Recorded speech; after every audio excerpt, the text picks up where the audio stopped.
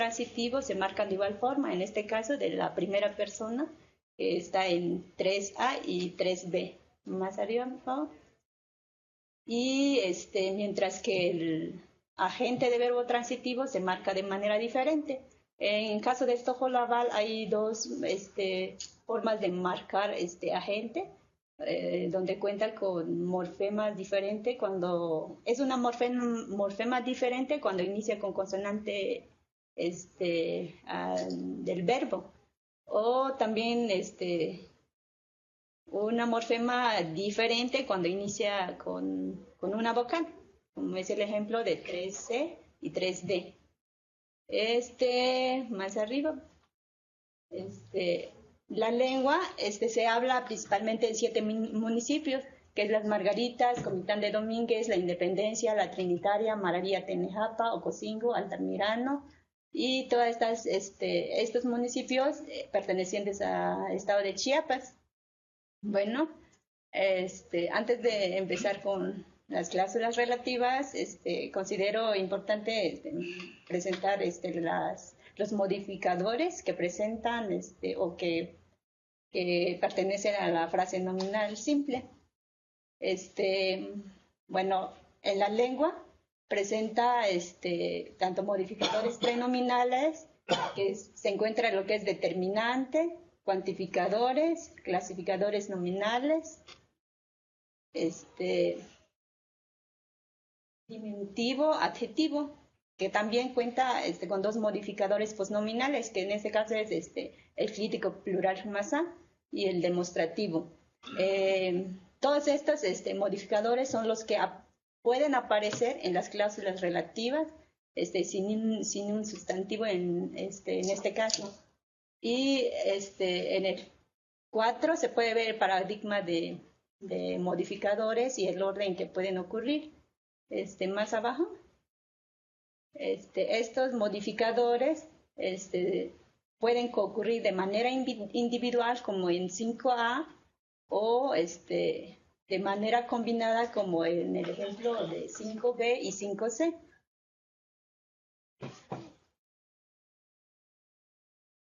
Más, bueno, estos modificadores por sí solos pueden funcionar anafóricamente sin la necesidad del núcleo nominal. En este caso se puede observar, por ejemplo, en 6, también van a venir muchos hombres, entre corchetes está la frase nominal, pero también el modificador en este caso puede funcionar como pronombre, pero mientras ya está anticipado o introducida el referente, ya se puede recuperar. Y las formas que funcionan como modificadores anafóricos en la lengua se encuentran los que están en la lista, y solo 3 de ellas pueden funcionar de manera pronominal, mientras que los demás o los mismos pueden ser de manera combinada. Y cada uno de estos ejemplos se pueden encontrar en anexo, que en este apartado no lo muestro. Más abajo, por favor. Y también hay otro grupo de modificadores que pues también por sí solos pueden aparecer en la posición de núcleo de las relativas, pero estos elementos no tienen una función anafórico o pronominal, que en este caso está el ejemplo de 7A, el ganado entra en la milpa, pero si se queda solito no significa nada, no es gramatical. Y las formas que únicamente funcionan como modificadores y no como anafóricos, está el determinante más el diminutivo, el determinante más el indefinido más diminutivo y el clasificador nominal. Retomando los estudios tipológicos y teóricos, Keenan y Conry y los demás han sido los autores claves para entender las cláusulas relativas desde el punto de vista translingüístico. Y retomando a Lehmann y Andrew, Una cláusula relativa consiste de un nominal de dominio que puede estar o no representado y una cláusula que se interpreta como modificador atributivo del nominal. Del primero está un ejemplo del inglés donde dice donde la relativa está marcada en corchetes y la frase nominal en negrita. La frase nominal está siendo modificada por la cláusula relativa que está al interior del corchete. Y en el ejemplo 2, ahí muestra un ejemplo o un caso donde la frase nominal no aparece, por lo tanto la relativa no está modificando nada. Recientemente ha habido también una investigación, en este caso Chitko, donde ha propuesto la existencia de un tercer tipo de relativa, donde la autora lo llama como núcleos ligeros. En estas relativas la posición del núcleo lo ocupan modificadores con función pronominal. En este caso, en Polanco, hay muestra donde un modificador pronominal está siendo modificado por la relativa. Y el primer caso, dentro de la familia Maya, pues ya ha sido una investigación muy debatida, y uno de ellos lo cito ahí, mientras que el segundo tipo, pues, que es la de sin núcleo, apenas se empieza a discutir. Mientras que para el tercer tipo, pues así como les mencioné en un principio, no hay una discusión detallada, a excepción de 5 lenguas que aparece ahí abajito, que es Canoval, Mateo Toledo, Chontal de Tabasco, Tachique, abajo por favor, Maya Yucateco, en este caso incluye lo que es la investigación de la tesis. Dentro de estas lenguas se ha concluido que para este tipo de construcción donde modificadores determinantes que ocupan la posición de frase nominal de dominio deben de considerarse como la expresión de dos tipos. Algunos elementos modificadores pueden tener la función de elementos anafóricos, la misma función o estructura de las frases nominales explícitas.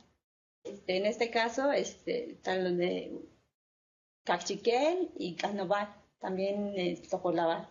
Algunos elementos modificadores sin nominal de dominio no tienen un uso anafórico, sino que son determinantes, que es discutido por Cachiquel también, y en este caso lo que trataré de mostrar es el caso del Tojolabal.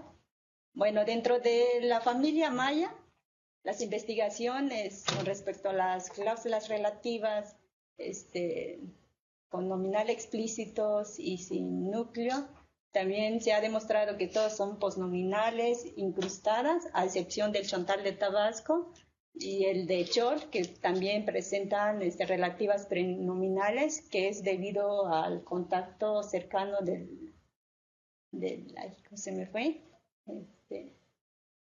Bueno, la cosa es que se me fue la lengua, perdón, en este momento.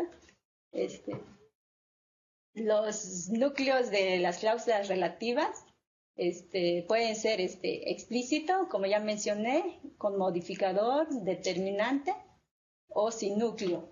También recurren a dos estrategias principales, que es la de hueco, pronombre relativo. El núcleo predicativo de las relativas son finitas, es decir, reciben toda la flexión dentro del verbo. Los predicados relativos que introducen las cláusulas relativas en su mayoría se resultaron de pronombres interrogativos. Bueno, a partir de todos estos parámetros que se ha estudiado, yo me guié de eso para hacer el estudio de las cláusulas relativas en mi lengua. Bueno, como ya se ha señalado, no sé si me puede bajar más. ¿No? Bueno, la lengua presenta cláusulas relativas con núcleo nominal, en este caso sería el ejemplo 10, donde aparece la frase nominal un hombre, que es modificado por la relativa, también la de sin núcleo, que sería el caso de 11, y también la de un elemento modificador, que es el caso del 12, en este caso un modificador indefinido. Bueno, el Togolabal, bueno, ¿me puede pasar más abajo, por favor? Ya le mostré eso.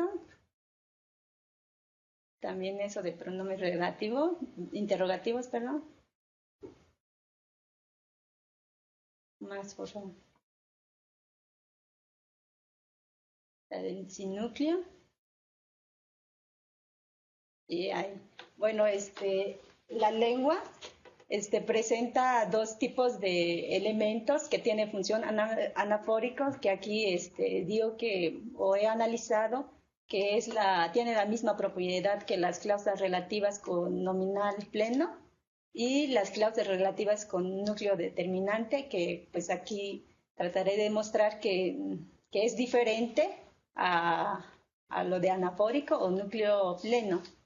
Lo de elemento anafórico, por favor, más abajo. Ocurre con las tres estrategias de relativización, que es la de esta. Bueno, este es un punto donde pues, no se ha encontrado en ninguna otra lengua maya más que el Tojoláhuatl.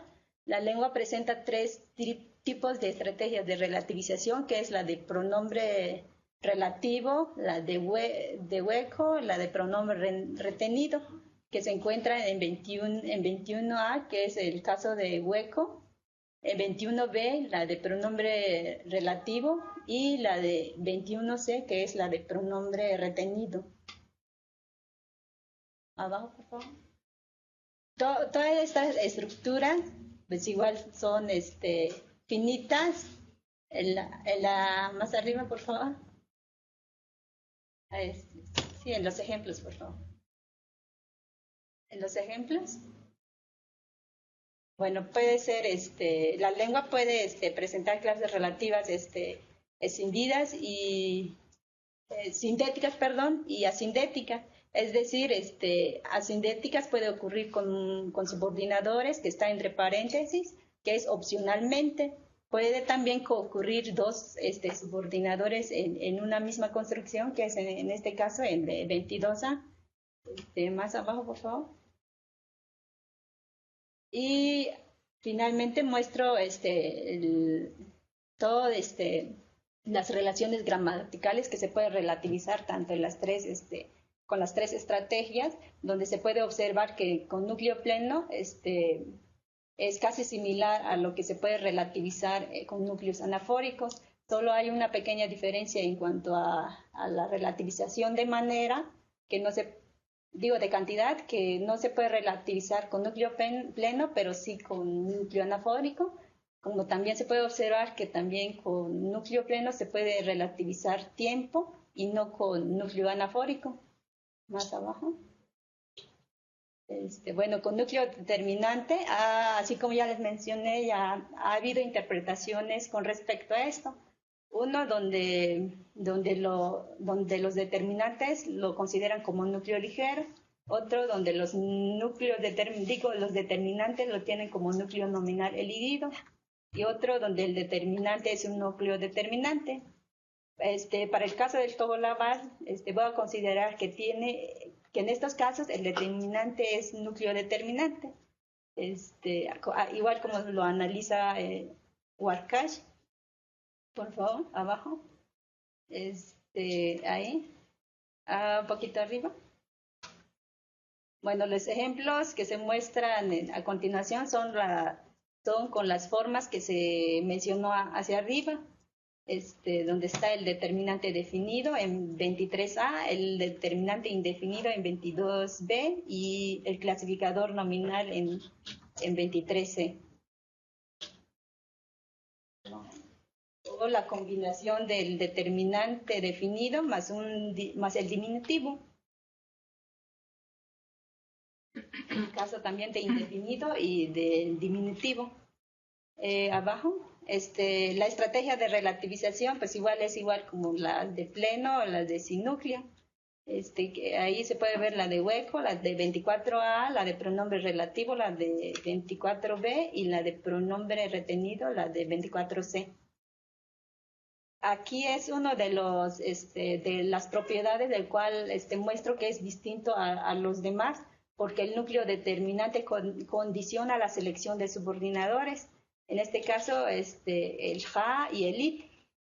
En el primer ejemplo de 25A se muestra que la relativa no puede ser introducida por el subordinador JA. En 25B, la relativa no puede ser introducida ni por los dos subordinadores, como es el caso con los núcleos plenos.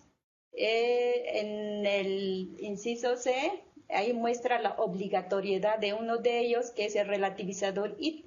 Que ahí necesariamente tiene que aparecer, mientras en los demás no lo es. Más abajo, por favor.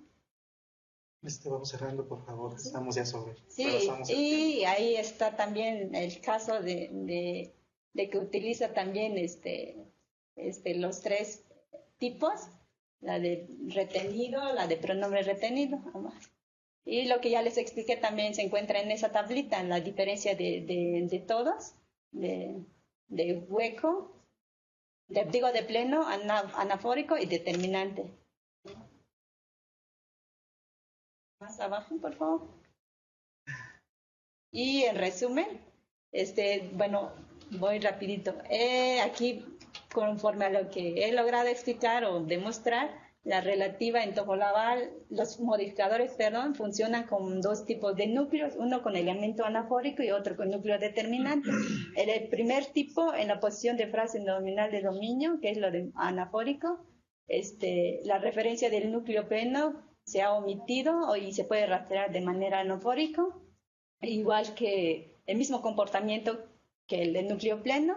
El segundo tipo, los modificadores en la posición de frase nominal, funcionan como núcleos determinantes, que a diferencia de los núcleos anafóricos, estos elementos no pueden poner abajo, por favor. No tienen un uso pronominal, por lo tanto no pueden ser tratados como núcleos ligeros, pues igual es una condición que pone Chitko para este tipo de núcleos. El subordinador dentro de la relativa dispara restricciones, tanto también el alcance de relativización, pues que sería o tres de las propiedades que muestra que es diferente a la lengua. Digo, a los demás sería todo. Muchas gracias, Roque. Una disculpa de tiempo. Okay.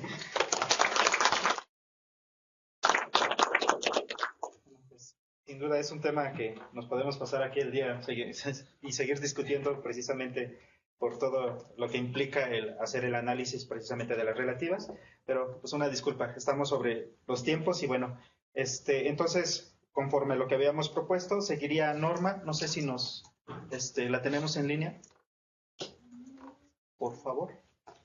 ¿Sí? Bueno, entonces doy también muy breve semblanza de la maestra. La maestra Norma Leticia Vázquez Martínez es apoteca hablante de la variante Cis-Yautepequeña de la comunidad de San Pedro Mixtepec, Miahuatlán, Oaxaca. Es licenciada en Educación Primaria Intercultural Bilingüe por parte de la Escuela Normal Bilingüe Intercultural del Estado de Oaxaca. Es maestra en Lingüística Indoamericana por parte del Centro de Investigaciones Superiores en Antropología Social, el CIESAS, y actualmente es candidata a doctor en Lingüística Indoamericana por esta misma institución. Sus intereses se centran en el análisis gramatical del zapoteco, concerniente a su morfofonología, sintaxis y semántica, así como la documentación lingüística, revitalización lingüística, arte verbal y uso de las lenguas indígenas en el aula. Pues, muchas gracias, Leti. Por favor, te damos la palabra por 15 minutos, por favor. Hola, buenas tardes a todos. Qué gusto estar con ustedes. Y bueno, voy a presentarles un tema voy a compartir mi pantalla. Muy bien. Entonces les voy a presentar una parte del tema de las construcciones de doble objeto. Digo una parte porque es un poco amplia y pues no nos va a dar tiempo ver todo. Y bueno, el objetivo es presentarles sobre todo el alineamiento de estas construcciones sintácticas. Entonces vamos a ver el comportamiento que tienen los objetos. Bueno, puede sonar muy sintáctico el tema, pero es algo que hice en mi tesis de maestría. Y entonces, bueno, el objetivo es que voy a presentarles el comportamiento sintáctico de los objetos en las cláusulas intransitivas llamadas pues, construcciones de doble objeto. Entonces, voy a empezar mostrándoles algunos datos básicos del zapoteco de San Pedro Mixtepec y después voy a hablar específicamente de las construcciones de doble objeto y su alineamiento y, bueno, una parte de conclusiones. Entonces, vamos a empezar con centrar dónde se habla y también qué variedad es esta lengua. Entonces, vemos que pertenece a la familia zapotecana y hay toda una discusión de en dónde se ubica esta lengua, ahora sí que dependiendo de sus rasgos lingüísticos. Y últimamente pues se ha dicho que esta lengua que pertenece a la variedad sisiautepequeña pertenece al zapoteco central. Este es un mapa sobre la ubicación geográfica de esta comunidad que se llama San Pedro Mixtepec. Y bueno, vemos que pertenece al distrito de Miahuatlán de Porfirio Díaz en el estado de Oaxaca. Entonces, bueno, aquí hay algunos rasgos básicos. El zapoteco de San Pedro Mixtepec, como todas las lenguas zapotecas, es una lengua tonal.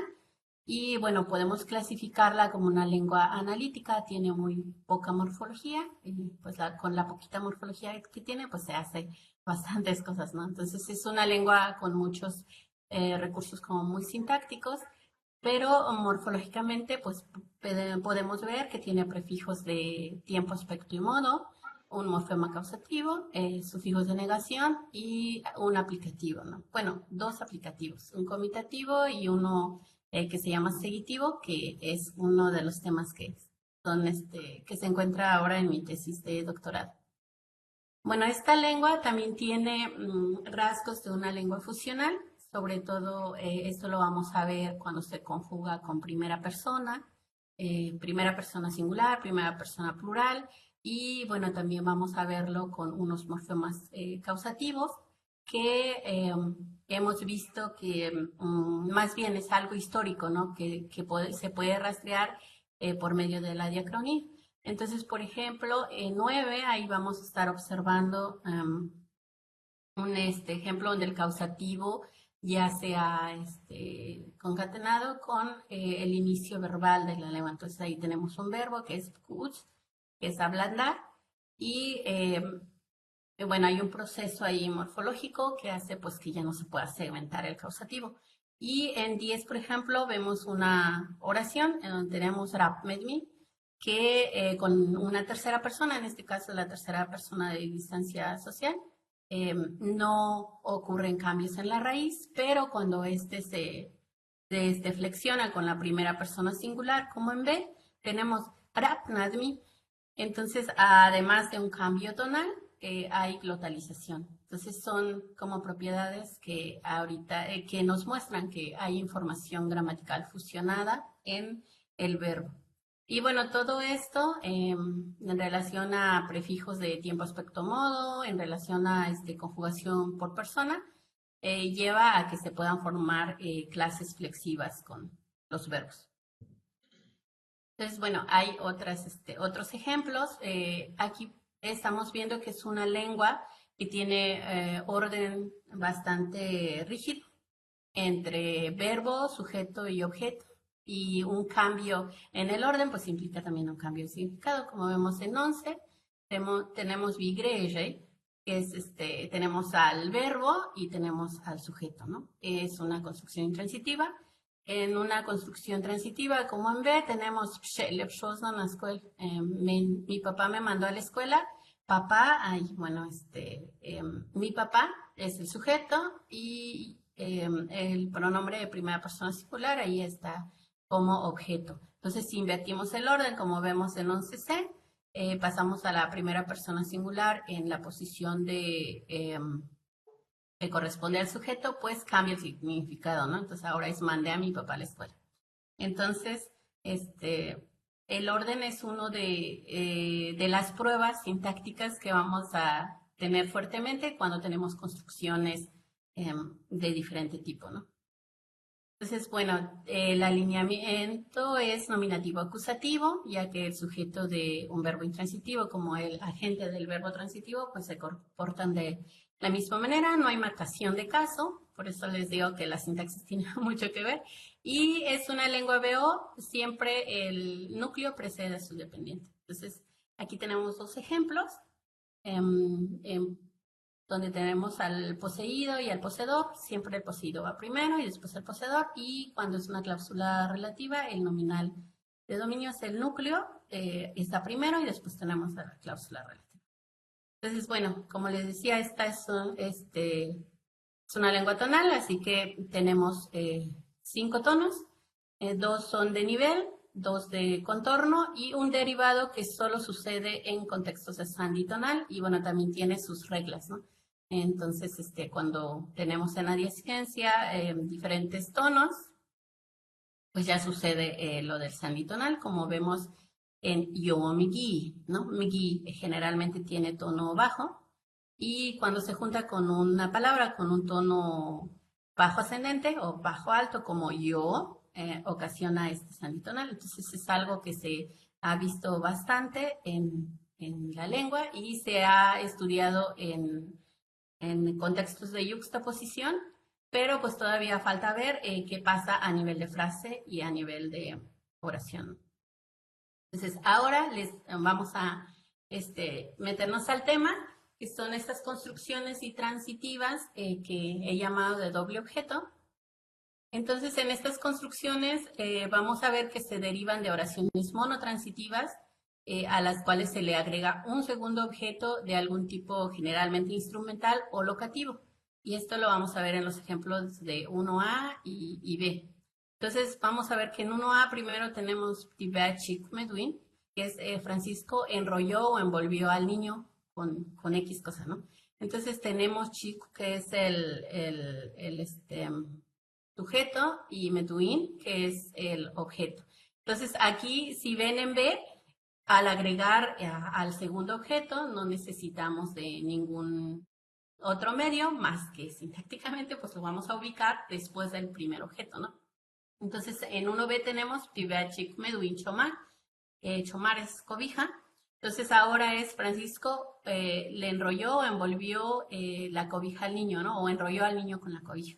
Entonces, ahí tenemos como un instrumento y este se agrega simplemente ahí, sin ningún otro aparato o algo que lo muestre, ¿no? Entonces, bueno, con este tipo de construcciones de doble objeto voy a mostrarles que hay de dos tipos. Hay un objeto simétrico en donde ambos objetos se van a comportar de la misma manera, van a tener el mismo comportamiento en cuanto a las pruebas, y un objeto asimétrico en donde solo uno de los argumentos de esta construcción va a presentar el comportamiento del único objeto de un verbo monotransitivo, ¿no? Entonces, bueno, vamos a ver. Primero, esto lo voy a mostrar a partir de algunas propiedades, ¿no? Por ejemplo, como vimos en las oraciones, los objetos se van a manifestar, bueno, tanto sujeto, como una FN no oblicua. O sea, no va a haber ni un sustantivo relacional ni nada que lo introduzca. Entonces, pero ahora cuando es un argumento central, no puede haber otro elemento que interrumpa la contigüidad entre el verbo y sus argumentos centrales. Y esto es, por ejemplo, con los adverbios. Un adverbio no se puede insertar después del verbo, antes del sujeto, ni después del sujeto, antes del objeto en una construcción transitiva. Entonces, bueno, esa es una de las pruebas importantes que muestran que realmente se trata de un objeto cuando agregamos el segundo objeto, porque el adverbio no se puede insertar. Para determinar el patrón de alineamiento en estas construcciones, vamos a ver una propiedad específica, que es el acceso a la focalización con una partícula que se llama la, y esta partícula es especial para focalizar argumentos centrales. Entonces, a partir de esta prueba vamos a ver que en el caso del patrón asimétrico, uno de los objetos sí va a tener acceso a esta focalización y otro de los objetos no. Entonces, bueno, vamos a ver que tenemos en esta tablita estoy reflejando los verbos que pueden ocurrir con el patrón asimétrico y los que pueden tener el patrón simétrico.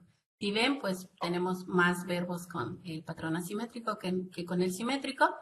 Y la mayoría de estos verbos pues va a tener como objeto ya sea un tema o un locativo, ¿no? Entonces, este tema en zapoteco es algo bonito porque a diferencia de otras construcciones, normalmente son construcciones ditransitivas de tipo DAT y en este caso tenemos un instrumento o una locación. Entonces, ahora voy a hablarles sobre los objetos en estas construcciones ditransitivas y lo primero que voy a mostrar es que, pues como ya les dije, son frases nominales plenas y siempre están en contigüidad con el verbo. Bueno, ahora voy a empezar con las que tienen el patrón simétrico. Entonces, asimétrico, perdón. Y estas tienen un alineamiento de objeto que puede ser de dos tipos. Puede ser indirectivo o secundativo. Y según este patrón, uno de los objetos va a mantener los privilegios sintácticos del único objeto de la construcción monotransitiva. Y se trata de que, bueno, va a depender del objeto agregado y sí podemos clasificarlo en un objeto primario o un objeto secundario, ¿no? Si es el patrón secundativo, el objeto agregado va a ser el objeto primario y el objeto original se va a volver objeto secundario. Y en el caso de que el objeto original es el que mantiene su estatus como objeto privilegiado, entonces vamos a estar hablando de un objeto directo y el segundo objeto va a ser indirecto. Bueno, aquí están los ejemplos. En tres tenemos, en la primera que es lepnaya, subo la leña. Vamos a ver que el objeto es leña. Y después vamos a agregar, en este caso, la locación, ¿no? Lepnaya carretí, que es subo la leña en la carretilla. Entonces vamos a ver primero que carretilla aquí sí funciona como un argumento central porque no vamos a poder insertar un adverbio, pero también podemos tener una construcción en donde podemos degradar carretilla a insertarlo más bien con un sustantivo relacional y pues ya es un oblicuo, ¿no? Entonces esta tiene esa propiedad. Entonces vemos que es un argumento central, por lo que ya les decía, que no puede tener un adverbio en medio y porque no toma sustantivo relacional. Ahora, ¿qué es lo que lo hace diferente? Que por ejemplo en este caso el objeto original, que es leña, sí se puede focalizar con la, que es el foco para argumento, pero en el caso de carretilla, pues no se puede focalizar con la. Entonces eso los diferencia, ¿no? El objeto original y el objeto agregado. Ahora, el objeto original es el que va a mantener todos los privilegios sintácticos de argumento central y el objeto agregado no, por lo tanto tiene un alineamiento indirectivo. Ahora, en el caso de el alineamiento secundativo, vamos a tener un objeto primario y un objeto secundario, y estos son los ejemplos en 6. Tenemos rgakna shablo, que es te pongo tu ropa, y bgakna ye shablo, lo vestí con tu ropa. Aquí estamos agregando el objeto que corresponde a la tercera persona de confianza, insertado ahí. Entonces, si ven el objeto original, que era tu ropa, se degradó ahora a secundario, o sea, aparece después del objeto agregado. Aquí también estamos viendo que el objeto agregado, ahora que corresponde al objeto primario, sí se puede focalizar con la, que es la focalización de los argumentos centrales, pero el objeto que era el original y que ahora es el objeto secundario ya no se puede focalizar. Entonces, estos son los que presentan un alineamiento secundativo. Ahora, en las construcciones simétricas, lo que vamos a ver, la mayoría de los objetos son de tipo locación y tema, y ambos son argumentos centrales porque son frases nominales no oblicuas y tampoco puede ocurrir un adverbio entre ellos, pero a diferencia de los que ya vimos, en este caso, aquí ambos objetos se pueden focalizar. Entonces, en 7, por ejemplo, tenemos cosa ananís, llené de agua, X lugar, y Entonces puedo poner cosa Ana Vas, que es llené los vasos, o sea, puedes tener agua o vaso en el lugar del objeto original. Y después podemos agregar un objeto, que es cosa ananispas, llené de agua los vasos, pero igual no puedes tener un adverbio entre ninguno de los objetos, ¿no? Entonces, si ven, uno es el tema y luego la locación. En este caso, ambos son objetos simétricos, ¿no? Porque pueden focalizarse, ¿no? Tanto vaso como agua se puede focalizar con la y tienen un comportamiento igual. Entonces, en este caso, los verbos simétricos, ambos van a corresponder a un tipo de construcciones, en este caso de doble objeto, pero tienen más o menos una alternancia oblicua, como los verbos sprilo, ¿no? Se pueden poner también con un sustantivo relacional. Pues bueno, en general, estos objetos son argumentos centrales por las pruebas que ya les mostré y pueden ser de tipo asimétrico o simétrico, de acuerdo a la tipología. Los que tienen un patrón asimétrico, pues únicamente el objeto directo o objeto primario van a tener acceso a la focalización con la. Y los del patrón asimétrico, ambos tienen acceso a la focalización con la. Y bueno, también vamos a ver, bueno, les mostré los datos, que el patrón asimétrico es el más productivo en esta lengua y el simétrico, pues no mucho, ¿no? Solamente hemos visto 2 verbos. Y los que tienen patrón asimétrico pueden tener 2 tipos de alineamiento, el indirectivo y el secundativo. Cuando tienen un alineamiento indirectivo, pues el objeto directo conserva los privilegios del único objeto monotransitivo y el objeto agregado es el que pues no puede focalizarse con la. Y en el caso del secundativo, el agregado es el que adquiere los privilegios del objeto monotransitivo y el objeto secundario, que antes era el objeto original, ahora es el que no se puede focalizar con la. Y bueno, también estamos viendo que no hay morfología adicional para agregar estos objetos. Y bueno, semánticamente también estos objetos agregados pues son de tipo instrumental, locativo o benefactivo, a diferencia de una construcción ditransitiva canónica, ¿no? Que normalmente son ditransitivas y que requieren transferencia. Entonces, bueno, es todo. Gracias. Muchas gracias, Leti. Pues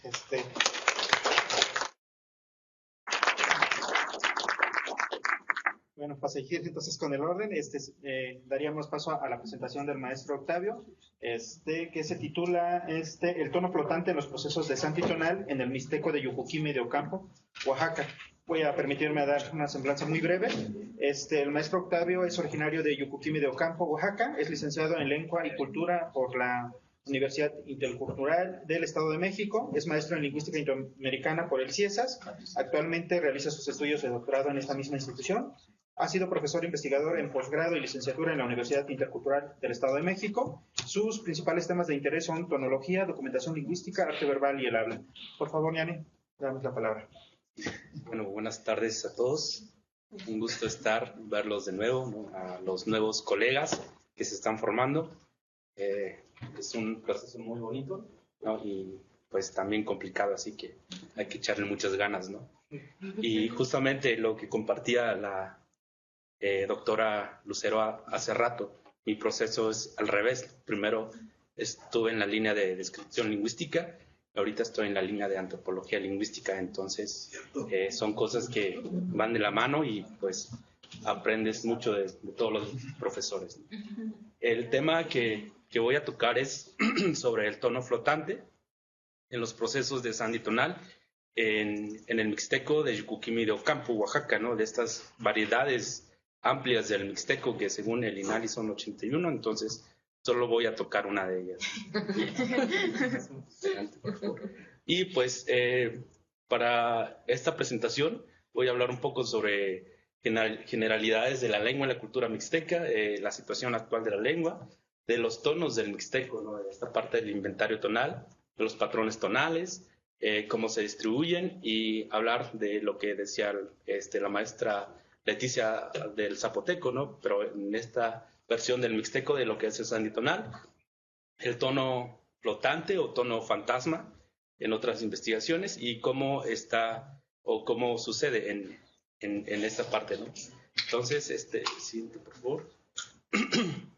Bueno, el objetivo es presentar lo que realicé en el proceso de mi maestría. Fuimos de la generación 2015-2017 y basándome en esto, esta charla les va a ser muy útil porque lo van a ver en clase de morfología, ¿verdad? Sí. Sí. Entonces, siguiente, por favor. Bueno, el mixteco o Tumusabi, que para nosotros significa lengua de la lluvia, es de esta familia otomangue, de la rama mixtecana, que comparte ciertos rasgos con el huicateco, triqui y el mixteco, ¿no? Siguiente. El mixtec, bueno, la mixteca es una área geográfica que comparte históricamente los estados de Oaxaca, Guerrero y Puebla, pero actualmente los mixtecos andamos en muchas partes, ¿no? Un gusto estar aquí con el ñani, con otro ñani. Entonces es algo que el ñani es hermano en mixteco. Entonces hay muchos mixtecos en muchas partes de México, en Estados Unidos también, ¿no? Y pues, siguiente, por favor.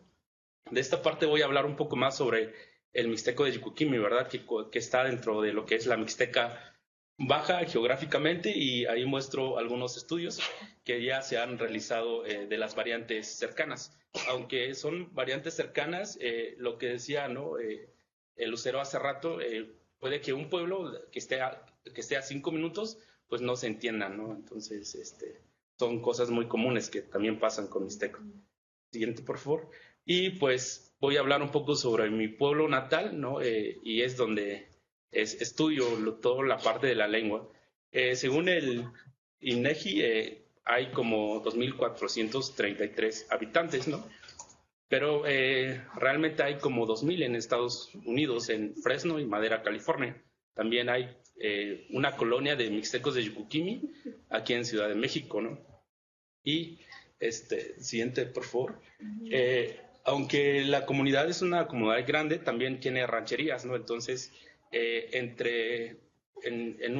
alrededor de 7,000 personas hablan el mixteco de Yucuquimi. Es la lengua de uso diario, ¿no? Por ejemplo, es la primera lengua que se adquiere, se utiliza para las reuniones, en muchos casos, ¿no? Siguiente, por favor. Bueno, ahí en el transporte público, ¿no? En los juegos, en las ceremonias, en los ayuntamientos también, ¿no? Y el mixteco es muy vivo en Yucuquimi. Entonces, esto también da noción para que se pueda hacer varios estudios de antropología lingüística, sociolingüística de otras áreas también, ¿no? Siguiente, por favor. Y ahí muestro el inventario fonológico de la lengua, algunas generalidades. Lo que caracteriza a esta variante es que tienen una U, ¿no? Y algunas consonantes diferentes de las otras variantes del mixteco. Siguiente. Y pues ahorita les presento 2 ejemplos, ¿no? Sí, atrás, por favor. Sí, esa. Lo voy a decir, ustedes van a escuchar qué es lo que cambia aquí, ¿no? El primer ejemplo dice coni, coni, oni, coni. El segundo dice co, co, ini, co, co. ¿Sí?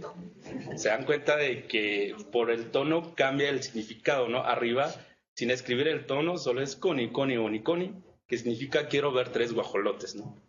Y abajo vamos a tomar dentro del plato hondo. Entonces, la importancia del tono en esta parte, ¿no? Que el mixteco, como las lenguas otomangues, es una lengua tonal y el tono tiene una función muy, muy grande en esta lengua, ¿no? Siguiente, por favor. Y pues aquí muestro más ejemplos, ¿no? Por ejemplo, ahí aparecen 4, 5, 6 palabras que cambian el significado solo con el tono, ¿no? Por ejemplo, el primero es do, que es ustedes, do, sufrirá, do, tenate, do, cola, sufriendo es do y adobe, do, ¿no? Se dan cuenta, solo con el tono puedo tener una diversidad de palabras. Qué belleza. Sí, son cosas muy bonitas que creo que aprendemos mucho aquí en CIESAS, ¿no? De ver la importancia de la lengua y también mostrar que se puede hacer análisis a profundidad sobre ello. Siguiente, por favor. Y pues aquí les muestro el inventario tonal del mixteco de Yucuquimi. En esta variedad del mixteco se registran 3 tonos: el alto, el medio y el bajo. Hay otras variedades del mixteco que puede haber 4 tonos básicos, o otras variedades que solo puede haber 2 tonos, ¿no? Y ahí marco la representación fonética, fonológica, ortográfica. Y otro ejemplo muy bonito que se utiliza, ¿no? Como medicina, semilla y papá es ta ta ta ta ta ta, no, ta ta ta ta ta ta, no. Entonces, sí se parece como una canción. Siguiente, por favor. Y lo que decía, el tono es una parte muy esencial de la lengua, que puede estar en la parte de las palabras, ¿no?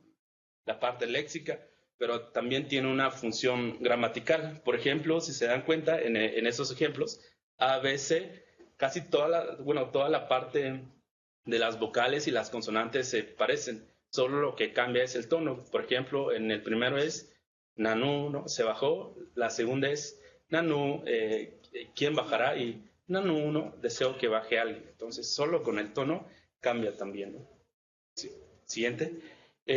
Algo como muy característico del mixteco es esta forma del couple, ¿no? O la bimoracidad, la palabra mínima, que consta de 2 moras, ¿no? En otras palabras, como que requiere para esta variante tener dos vocales, ¿no? Y siempre estas palabras léxicas tienen como estas formaciones que son patrones tonales.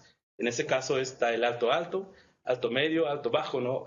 Hay un patrón que no se registra en este mixteco, pero algo curioso, ¿no? Que me ha ayudado esa parte de la antropología lingüística también, basándome en la parte de la descripción de los estudios anteriores, es que ese patrón que no aparece aquí, aparece en el discurso ritual, ¿no?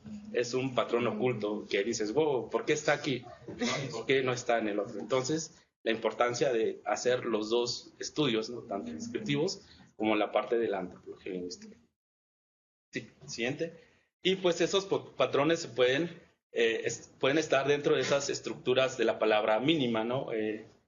Hay ciertas formas de distribución, pero ahí muestro unos ejemplos de la variante de Yucuquimi y podemos encontrar un montón.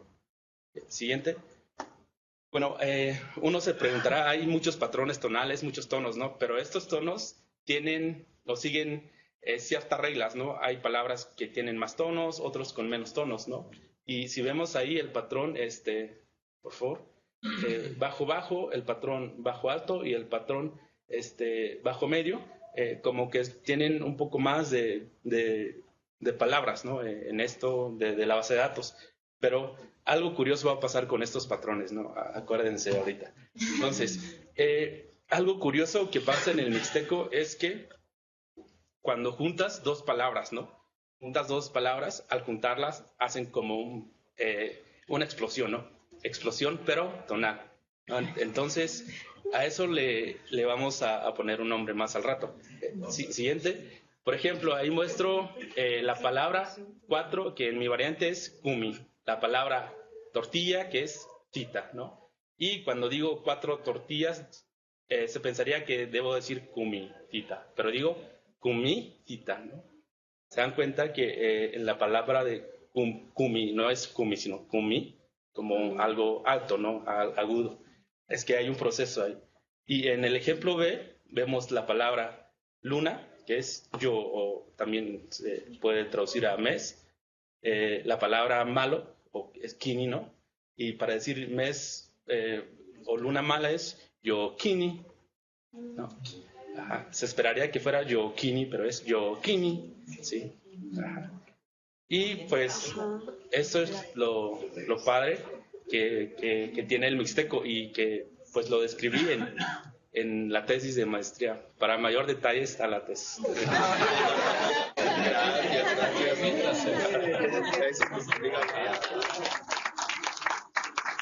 me tengo que citar, ¿verdad? Sí. Okay. Bueno, ¿por qué sucede este fenómeno?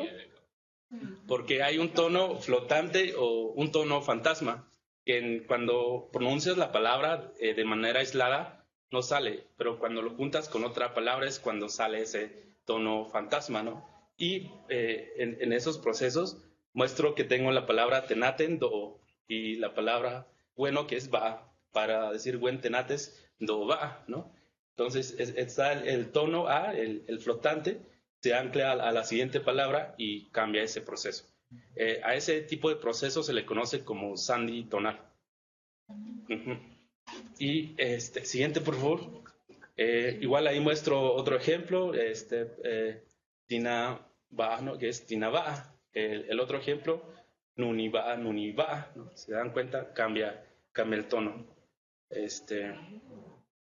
En otras variedades del mixteco, este tono ha fusionado a la palabra, o en otras variedades es otro tono bajo, otro tono medio, ¿no? Pero eso es lo importante de poder describir todas las lenguas mixtecas, porque cada una tiene características muy, muy padres, ¿no? Y les presento otra vez la tabla que presenté hace rato, pero aquí ya incluyo estos tres patrones, que es el alto bajo, el medio, el bajo medio y el bajo bajo, con un tono flotante, ¿no? Ajá. Y uno se preguntaría de dónde viene ese tono flotante. De acuerdo a otros estudios del protomixteco, mencionan que es una glotal, ¿no? Que estaba antes esta palabra y pues por la evolución de la lengua, en algunas variantes se sigue manteniendo, en otras pasó a ser un tono alto, en otras pasó a ser parte de la palabra. Y pues en el caso del mixteco de Yucuquimi, pasó a ser un tono flotante. Sí, bueno, el Sandy tonal en el mixteco de Yucuquimi tiene dos procesos: el proceso progresivo, que tenemos la palabra tenate, es do va, ¿no? Que es de izquierda a derecha, pero también está el otro proceso que es de derecha a izquierda, el Sandy regresivo, ¿no? Por ejemplo, puedo decir do va y puedo decir do o va, ¿no? Como esos cambios que suceden en la lengua. Por el tiempo no puedo mostrar a detalle eso, pero son procesos que se esperan encontrar en este sistema.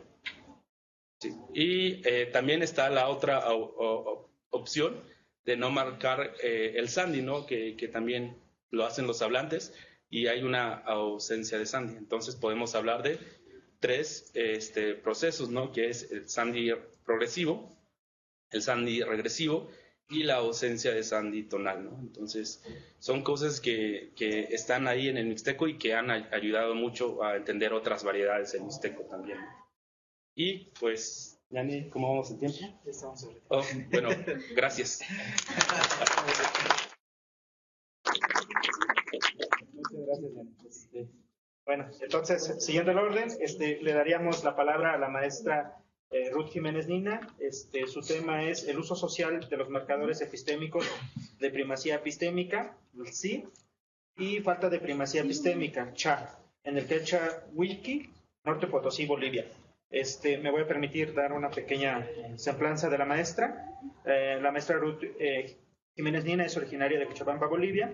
Es lingüista quechua boliviana e investigadora del Centro de Investigaciones Indígenas Taquiunqui, espero pronunciarlo bien, Cochabamba, Bolivia. Es docente de quechua, español e inglés en Conexiones Entre Mundos Language School y docente de francés en la Universidad Mayor de San Simón en Cochabamba, Bolivia. Pues muchas gracias, por favor. Ruth, te damos la palabra. Claro que sí, muchas gracias. Buenas tardes a todos. ¿Se escucha bien?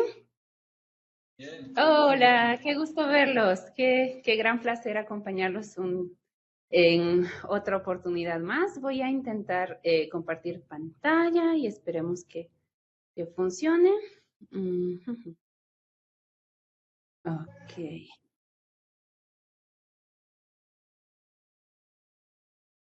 Bueno, no sé si esto está acompañando. Vamos a intentar otra vez.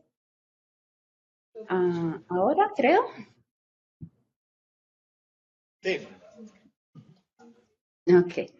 Bueno, sumas hukaya y tukuypas noga sutika Ruth Jiménez Nina, ujatuna paigo y tukuyrangunapa, Cochabamba manta pacha, Bolivia suyumanta, anchatapuni kusikónica y si esas pishgachunka watajunt asman manta, kayaya si esas. Bueno, un saludo en quechua, que es mi lengua materna, y también dije viva el CIESAS, entonces un gusto acompañarnos como ya les estaba mencionando antes. A ver, vamos a hablar conmigo un poquito del uso social de los marcadores epistémicos, tanto del sí, que es marcador de primacía epistémica, como del cha, que es un marcador de lo opuesto, que es falta de primacía epistémica. Y todo esto en el quechua de Huiriqui, en Norte Potosí, Bolivia. Entonces vamos a hablar un poquito también del quechua. Hasta México, pues ya no se sabe tanto, por aquí es mucho más común. Nosotros los quechuas estamos ubicados en gran parte de Sudamérica, es la lengua indígena más hablada de hecho de Sudamérica, y podemos encontrarnos en el sur de Colombia, en Ecuador, en Perú, el norte de Chile, el norte de Argentina y Bolivia, ¿no? A pesar de que somos la misma familia lingüística, ya hay variaciones importantes y en el caso mío les voy a hablar del quechua de mi región, de Norte Potosí, Bolivia, y que se caracteriza por ser una lengua aglutinante y sufijante y de orden sujeto, objeto, verbo, ¿no? Los enclípticos de los que yo voy a hablarles hoy, el mi, si y el cha, ya han sido bastante investigados en otras variantes y se los analiza como marcadores de evidencialidad. Sin embargo, no había ningún registro del uso de estos mismos en la región boliviana, bueno, uso reciente me refiero, y incluso se llegó a asumir que ya estaban desapareciendo, que ya estaban en desuso, ¿no? Sin embargo, en la investigación que presenté como tesis de maestría, sobre la que está basada esto que les estoy presentando ahora, en realidad sí tenemos base de datos del uso de mi y si y cha y todos estos. Así que vamos a hablar un poco más ampliamente de eso más adelante. Pero por ahora les quiero mostrar algunas generalidades de esta temática que estamos abordando. Uno es que la investigación que yo presento se enmarca en el campo de la lingüística antropológica y se utiliza el análisis conversacional como metodología, ¿no?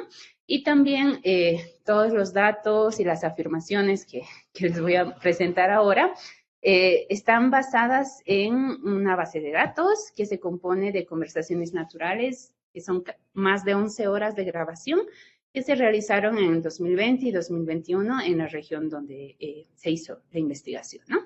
Entonces, para poder abordar y de una vez entrar en el tema, les presento algunos conceptos clave de Stivers. Uno de estos es el acceso epistémico, que se refiere a la perspectiva individual sobre un estado de cosas, y se puede tener mayor o menor acceso epistémico sobre algo, ¿no? Estamos hablando de conocimiento principalmente, entonces sería esta diferencia entre saber y no saber, o el grado de certeza que tenemos sobre algo, o también la fuente de información que tenemos nosotros sobre el conocimiento. Y también, en este mismo sentido, otro concepto muy importante va a ser la primacía epistémica, que se define como inherentemente relativa e intersubjetiva. Esto significa que yo puedo saber mucho de algo mientras mi interlocutor no sepa tanto de ese mismo tema, ¿no? Entonces, un ejemplo muy fácil para ver el significado de primacía epistémica sería, por ejemplo, si un turista que visita 2 días México habla de México y afirma cosas de México, yo puedo también participar y afirmar otras cosas o tal vez negar algunas cosas porque tengo primacía epistémica, ya que he vivido en México gracias a estudiar en el CIESAS y he estado ahí. Entonces, por lo menos 2 años y un poco más de experiencia de mi vida en México van a ser mayores a las del turista, ¿no? Entonces, tengo primacía epistémica en ese caso en particular. Pero si yo me pongo a hablar con un mexicano que ha nacido, que ha vivido ahí toda su vida, entonces ya no tengo primacía epistémica. Y esto también tiene tiene relación con los derechos relativos para saber o no saber algo, porque no todo el conocimiento es de acceso para todo el mundo, y también los derechos para hablar de ese algo que sé. Entonces, si me he enterado por un chisme, luego no estoy muy segura que pueda hablarlo así libremente, ¿no? Y también tiene que ver con la autoridad del conocimiento de lo que estoy hablando. Entonces, esto, tanto el acceso epistémico como la primacía epistémica, hace una autoridad epistémica de un hablante. Además, ahí puede haber factores sociales, como la edad, por ejemplo, o el cargo de una persona. Ahora, todo lo opuesto a esto sería la falta de primacía o autoridad epistémica, que es cuando el hablante no tiene ni acceso epistémico suficiente, ni primacía epistémica suficiente para afirmar o negar algo. Entonces, en el quechua de Bolivia, los marcadores epistémicos se dividen en tres. Mi, que sería el marcador de acceso epistémico individual y ocurre principalmente en oraciones declarativas e interrogativas, ¿no? Y generalmente en el segundo turno. También está el enclítico sí, que es un marcador de primacía epistémica que se presenta en los primeros turnos la mayor parte del tiempo. Y es muy importante recalcar que este no es un marcador de evidencialidad reportada como fue clasificada anteriormente, ¿no? Y el enclítico chan, que es el más productivo, que está en todo lado, en el quechua, sería el marcador de falta de primacía y acceso epistémico y ocurre en oraciones declarativas principalmente. Entonces, vamos a estar hablando de esto, pero nos vamos a enfocar en sí y en cha únicamente en esta ocasión. Y el comentario general del uso social de las expresiones de primacía epistémica están relacionadas al posicionamiento fuerte de una postura o el establecimiento de un hablante como más conocedor que su interlocutor, ¿no? Entonces, la primacía epistémica es como si dijéramos, yo sé más que tú sobre esto, ¿no? Que tú con la persona que estoy hablando. Sin embargo, en el caso del quechua boliviano de Wiki, consideramos que el uso social de este enclítico implica más bien cortesía en las invitaciones y tiene fines conativos. Entonces, esto es lo que vamos a ver con los siguientes ejemplos. No sé si pueden ver mi hojita de ejemplos. ¿Alguien podría confirmarme, por favor? No se ve. ¿Ahora? Ahora sí. Ahora sí. Bueno, entonces les decía que vamos a ver este ejemplo. Este es de la yapa, que es el aumento extra que te dan las vendedoras en el mercado. Y también el aumento extra de cualquier otro producto, ¿no? En este caso están mi padre y mi madre, que están cenando juntos, o almorzando creo, perdón, y mi mamá le pregunta, ya sí, ¿no? ¿Te aumentó, no? La comida. ¿Hay todavía? Sí. Y ahí pueden ver ustedes el marcador sí. Entonces mi papá responde, manacha, postre yuyasahna. No creo, voy a comer postre nomás ya.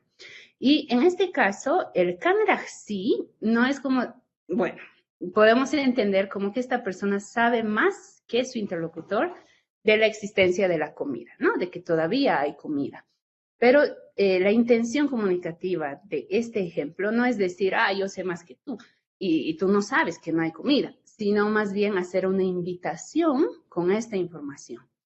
Algo similar ocurre en el ejemplo 2. En este ejemplo, la tía Felipa y sus sobrinas están en la cocina y sus sobrinas hicieron galletas. Entonces, pretenden invitarle las galletas, le ofrecen, pero ella todavía no había tomado ninguna galleta. Entonces, una de ellas, que ya había probado la galleta, se acerca y le dice, mi curiti, ay, kusaya, ¿sí? Come tía, está bueno nomás. ¿Sí? ¿No? Y ahí podemos ver que esta persona que ya ha comido, que ya ha probado, tiene primacía epistémica y lo demuestra así o lo marca así con el enclítico sí. Sin embargo, otra vez, esta no es una intención de decir, yo sé más que tú, que está muy bueno, sino más bien con la esperanza de que con esta información la tía se anime a comer, ¿no? Entonces, una función más apelativa, podemos decir, Y la tía, de hecho, toma 2 galletas y se pone a comer a su lado, ¿no? Entonces, sí la convenció de comer esta galleta, apelando a ella. Entonces, en el ejemplo 3, vamos a ver el caso de una vendedora de arroz. Mi mamá y yo estábamos en el mercado intentando comprar arroz y la señora nos ofrece diferentes tipos de arroz, ¿no? Este y los precios. Y mi mamá dice, Maranta a pasarí, dice, ¿no? ¿Cuál llevaré? Y la señora ahí ve la oportunidad y nos ofrece más. Y dice, Taipuni hasta Wankusa, pero achituta chayan, sí, dice, ¿no? Que se traduce como, este siempre es el mejor, pero cuando cocinamos también cuece muy bonito, sí, ¿no?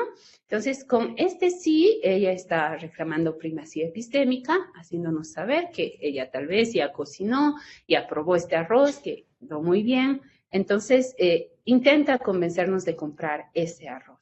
Entonces, esa es la función del sí, y no tanto de posicionarnos en comparación con otra persona como más conocedor solamente, sino más bien apelar con esta información a que el interlocutor realice alguna acción o algo. Entonces, ahora vamos a volver a la presentación de hace rato. Aquí, y vamos a continuar con el siguiente marcador, que es el marcador de falta de primacía epistémica.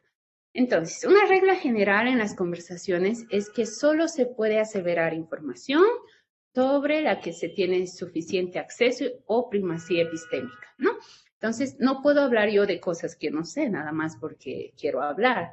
El hablante tiene una responsabilidad epistémica también, tiene que ser capaz de demostrar y justificar cómo sabe esa información y por qué sabe esa información. Sin embargo, en el quechua boliviano de Wiki, el utilizar el marcador cha de falta de primacía epistémica nos permite llegar a un territorio común de información y que el diálogo se desarrolle sin ninguna dificultad, incluso en casos en que los interlocutores no tienen ni primacía epistémica ni acceso epistémico para negar o decir algo al respecto de la información que están dando. Entonces es totalmente lo opuesto, algo muy loco, y ahorita vamos a ver por qué. Y también mencionar que el cha es un marcador importante de cortesía, ya que funciona como atenuador epistémico cuando hay un desnivel de autoridad epistémica. Es decir, si yo en mi comunidad de alguna manera sé más que mi gente, por ejemplo, que es mayor, ¿no? Y quiero decir que esté más sobre este tema, o quiero decir o afirmar algo que sé sobre este tema, no puedo hacerlo nada más porque sí, así como en español. Voy a poner este cha como así será que es así, más o menos, como una conjetura, pero no porque no tenga información suficiente, sino porque es una muestra de cortesía para el interlocutor. Entonces, vamos a ver esto también en los ejemplos. Aquí. Entonces, tengo algunos ejemplitos. El primero es sobre un señor que durante la pandemia del COVID, que no había proveedores de carne ni otros productos en el pueblo, empezó a matar su ganado y a vender la carne. Muy inteligente el señor. Entonces, los vecinos, ¿no? Y los del pueblo estaban ahí hablando de este tema y decía, por ejemplo, Pay tachs y machañac amuyanga, ¿no? Fácilmente mató unas 10 vacas, ¿no? Este señor. Y la otra persona le dice, ¿no? Ajinata chuñacam, así esa cantidad mató. La otra, Ari, dice, ¿no? Y continuamos y dice, chaita kusata cha, aprovecha un peruá, ¿no? Y ahí, aquí ya podemos ver 2 usos de cha. Este dice, no, el vecino bien habrá aprovechado esa situación, pues, ¿no? Ha aprovechado o habrá. Entonces, el uso de cha aquí indica conjetura más bien. No sé si realmente es así, no tengo la información de que es exactamente así, pero así debe ser, o así pienso que será, ¿no? Entonces, fácilmente habrá matado unas 10 vacas, no sabe si ha matado 10 vacas, no ha contado esta persona, pero ella piensa que son unos 10, ¿no? Y la otra persona dice, bien habrá aprovechado, ¿no? La situación. Pero realmente ellos tampoco saben si fue de provecho hacer esto o no. Y continuamos con la misma conversación y dice, un domingo apallanta, un domingo apallanta, ¿no? Un domingo lleva carne, el siguiente domingo también. Entonces, esta parte es buen dinero hizo, pues, ¿no? Pero este cha nos indica que es una conjetura. Y como buen dinero habrá hecho, o seguramente ha hecho buen dinero, pero no estamos, no tenemos confirmación de esta información. No tenemos ni acceso epistémico ni primacía epistémica sobre esta información, porque no somos ni el vendedor, ni parte de su familia, ni nada, ¿no? Entonces, lo que se puede observar también es que la siguiente persona usa igual el cha, ¿no? Bien habrá hecho el dinero, o bien, buen dinero hizo, literalmente, y este cha es como la conjetura.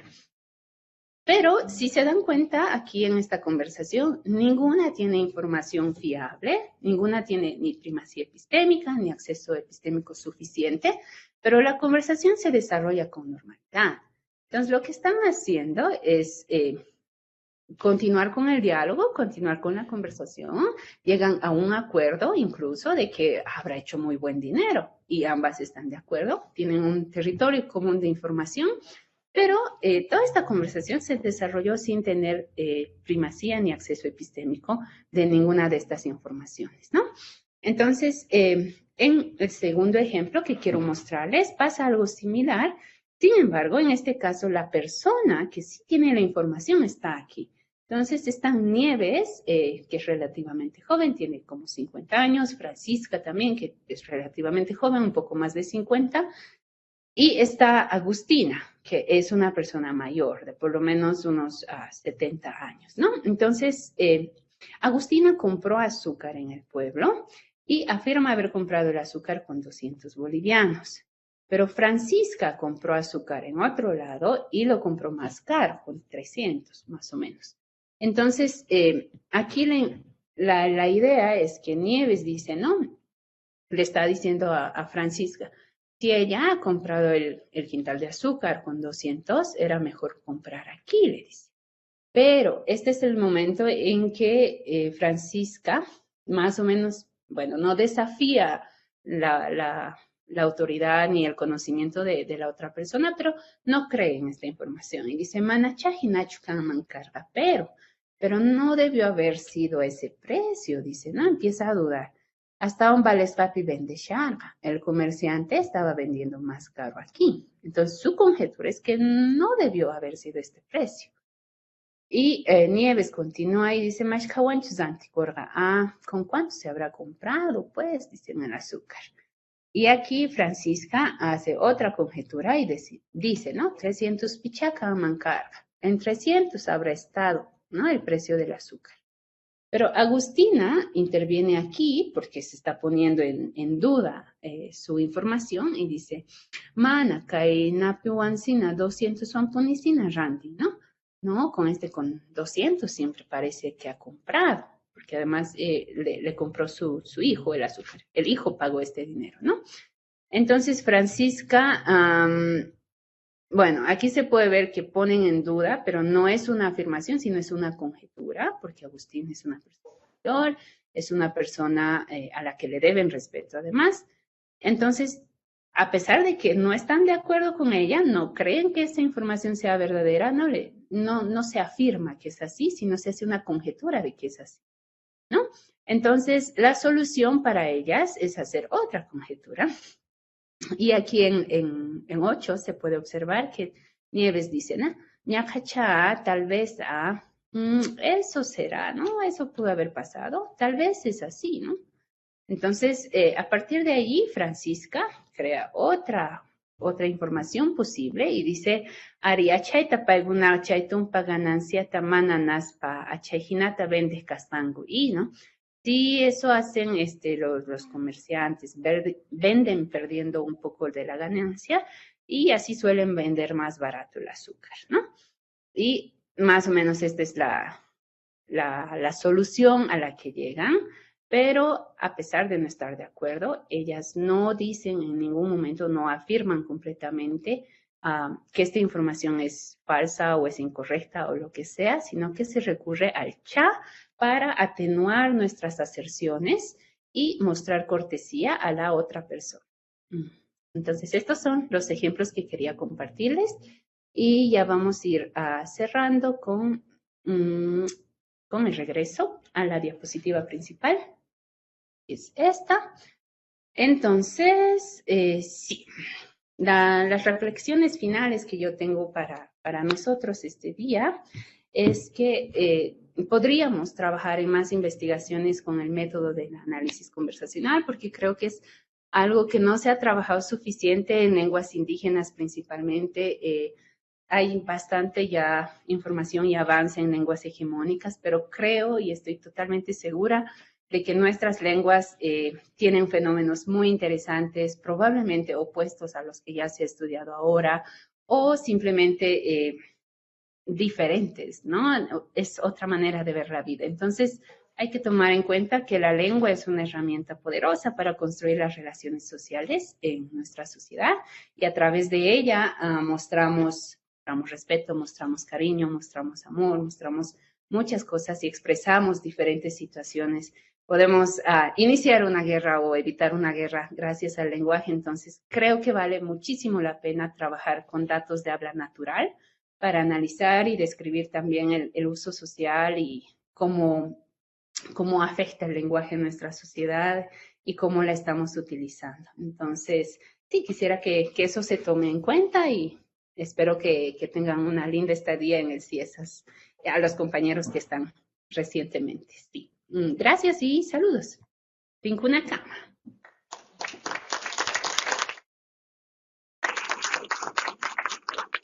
Muchas gracias, Ruth. Bueno, sabemos que ya estamos desfasados en tiempo, pero creo que sí hay unas preguntas. Tendríamos los 10 minutos que quedan, ¿no? Ana Taliana. No. Entonces, tendríamos 10 minutos para preguntas. Por favor, quien guste hacer preguntas sobre los 3, 4 ponentes, por favor. Adelante. Adelante, Lucía. Tengo una pregunta para Leti. para Leti, pero también es que me olvida tu nombre. Sí, Rosalinda.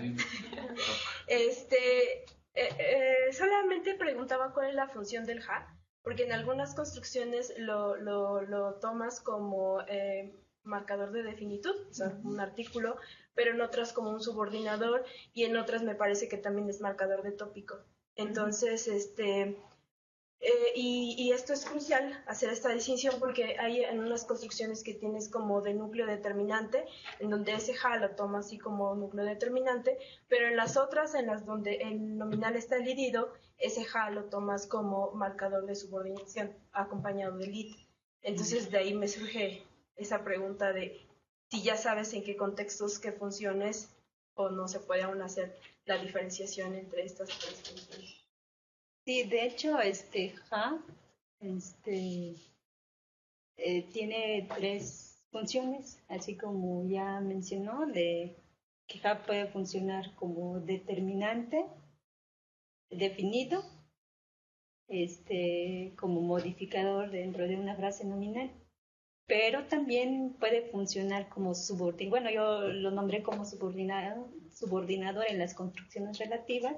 ¿Por qué como subordinador? Porque es un caso donde ja puede ocurrir en otras cláusulas complejas, en este caso cláusula de complemento, y según autores, si no mal recuerdo, mencionan de que para tomarlo, los subordinadores han sido gramaticalizados de determinantes o deíticos, y en este caso es el caso de ja, cuando estás funcionando como subordinador en cláusulas relativas, a diferencia del id, que únicamente marca la relativa.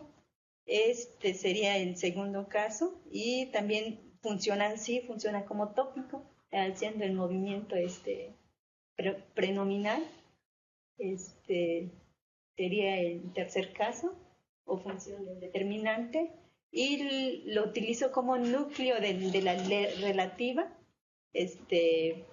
porque si bien vimos, bueno, ya no logré explicarlo bien, ja, al estar dentro de una frase nominal, puede aparecer sin ella, pero como no tiene un uso pronominal, por lo tanto lo he considerado, igual el análisis lo presento en el apartado de mi tesis, lo considero como núcleo determinante, como igual otros modificadores. No sé si doy respuesta a la pregunta, Sí, pero sí es muy complejo, pero también no he entrado en sí a fondo a describir bien dónde aparece ja. Pero también creo que tiene una función como de cópula en algo. Sí, en algunas construcciones, pero sí, eso solo en esa parte no he discutido bien también dentro del trabajo, porque también se desvía ya un poco del tema. Gracias. Sí, gracias. ¿Puedo rápido con la de Leti? Pues sí, pues adelante ya. Adelante, no, nadie me ha pedido más la palabra. Ay, Leti, muchas gracias por los datos bien interesantes. Me preguntaba si hay un alineamiento jerárquico con los dos objetos que nos muestras. Es decir, ¿qué sucede con objetos que tienen en la jerarquía la misma animacidad y la misma definitud? Ya que en los ejemplos que nos mostrabas, en los objetos asimétricos, solo los que se podían adelantar con foco eran los como que más definidos, pero no la carretilla, pero no me acuerdo cuál es, la ropa, ¿no? Y en los otros simétricos igual nos mostraste como agua y ya no recuerdo el otro, pero parece que tienen características diferentes en si está repercutiendo la animacidad y la definitud, y qué pasa cuando los dos objetos son humanos y tienen la misma definitud. Hola Lucero, pues buenas tardes a todos. Me da mucho gusto verlos, aunque sea por este medio. Y pues en cuanto a tu pregunta, yo creo que es una muy buena pregunta en cuanto a la animacidad. Ahorita con el trabajo que estoy haciendo en el doctorado, he visto que a veces sí repercute bastante, por ejemplo, en otro tipo de construcciones. En las construcciones simétricas, normalmente los objetos son tema y locación. Entonces, bueno, pues son inanimados, ¿no? En la mayoría. Pero habría que ver en el caso del patrón de objeto primario y objeto secundario, exactamente pues qué tipo de objeto es, ¿no? Y generalmente el segundo objeto puede ser inanimado, pero el primero pues es animado, ¿no? Puedes pensarlo en relación a que casi siempre hay un agente y puede estar el paciente y después puede haber una locación. Entonces, creo que sí tiene algo que ver con el hecho de que la locación es el segundo objeto, ¿no? Y si tienen un alineamiento, bueno, si lo tienes como objeto, lo vas a poder y es el objeto secundario el que ya no acepta la. Entonces yo creo que lo podemos ver desde ese punto de vista. Y entonces considerando que en estas construcciones casi siempre el segundo objeto es o un instrumento o una locación, pues lógicamente va a ser inanimado. Entonces podríamos pensarlo así.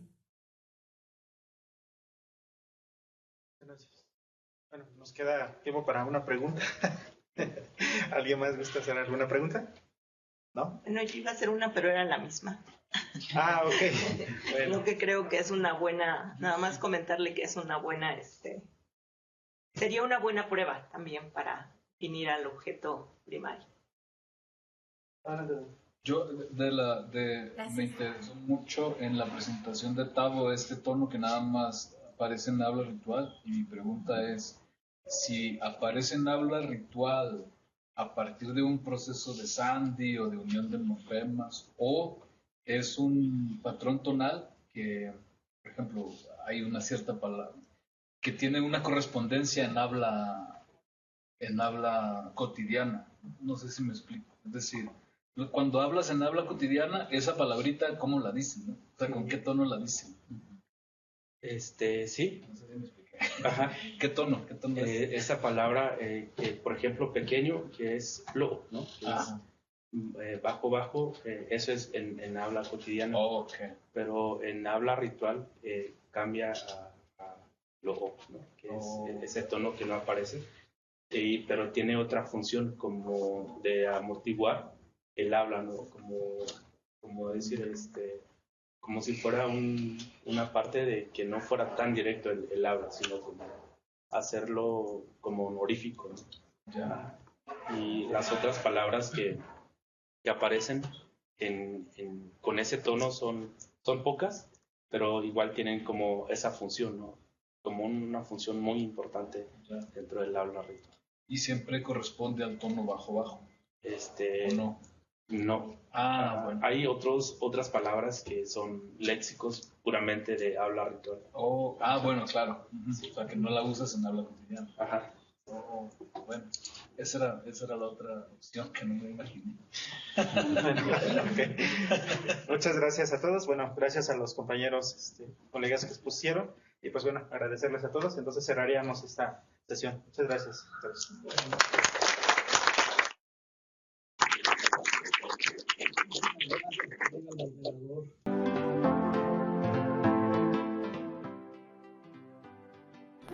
Bueno, decidí estudiar el posgrado en el CIESAS porque estaban más apegados a mis líneas de investigación. Tienen la línea de investigación del agua y había trabajos que estaban más cercanos a los temas ambientales.